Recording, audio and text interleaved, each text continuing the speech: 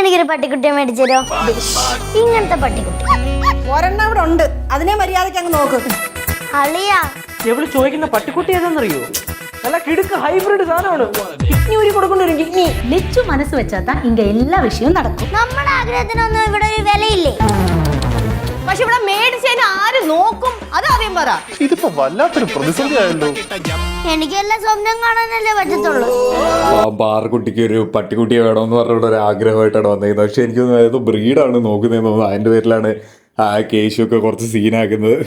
ഇതെല്ലാം ലച്ചുവിനോട് ചോദിക്കുമ്പോൾ എല്ലാവരും മൊത്തത്തിലൊരു എതിർപ്പ് തന്നെയാണ് കാണിച്ചിട്ടുള്ളത്. അപ്പോൾ എനിക്കൊന്ന് ലാസ്റ്റ് എന്തായാലും പട്ടിക്കുട്ടീനെ മേടിച്ച് കൊടുക്കുന്നിടത്തായിരിക്കും എൻ്റെ ആ ഒരു ഇമോഷണൽ ആദ്യം കുറച്ച് ഫണ്ണി ആയിട്ട് വന്നിട്ട് പിന്നെ പാറക്കുട്ടിയുടെ കുറച്ച് ഇമോഷനൊക്കെ വന്നിട്ട് ലാസ്റ്റ് എനിക്കൊന്ന് സിദ്ധു ലച്ചു തന്നെ എന്തായാലും മുൻകൈ എടുത്തൊരു പട്ടുകുട്ടി എന്തായാലും മേടിച്ച് കൊടുക്കുന്നിടത്തായിരിക്കും എപ്പിസോഡ് എൻ്റെ. അതെന്താ അത്യാവശ്യം നല്ലൊരു പ്രൊമോ ആയിട്ട് തന്നെയാണ് തോന്നിയത്. അത്യാവശ്യം കുഴപ്പമില്ലാത്ത രീതിയിൽ എല്ലാവരും ഉണ്ട്. നമ്മൾ ശിവാനിയും ലച്ചു സിദ്ധുവും കേശുവും എല്ലാവരും ഇപ്പോൾ ഉണ്ട്. അപ്പോൾ അത് വെച്ചിട്ട് വീടിനകത്തൊരു സംഭവമാണ് പോയേക്കുന്നത്.